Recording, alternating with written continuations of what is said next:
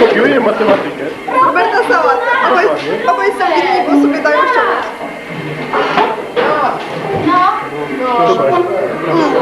Proszę.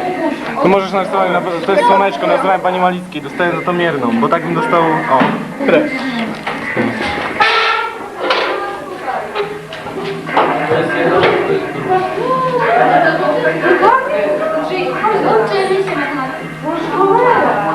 Przepisujecie. Nie rozumiem tego nic. Teraz najważniejszy kawałek. A ona opierdziela śniadanie.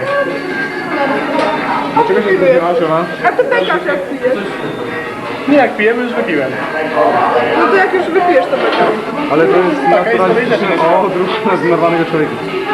Gentek, no nie pozwalaj sobie, bo teraz nie można używać niecenzuralnych słów, ale zaraz cię przywalę, no. A jakoś się nie przejął. Zwierząt, ej. A ty masz to, no proszę cię Robert, nie rób tutaj. Masz to nagranie, co na bosie było? O, tu nagranie to na razie było to on ma.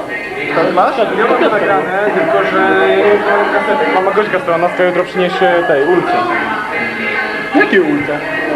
Takiej z długimi włosami. Nie wiem. Ile ona to trzyma tego żule? Życzyłbym ci, no ja nie wiem, właśnie bardzo długo coś. No weź tego nie kręć. Ola, mogłaś jeszcze Nie zwymiotuj się, proszę. z powrotem?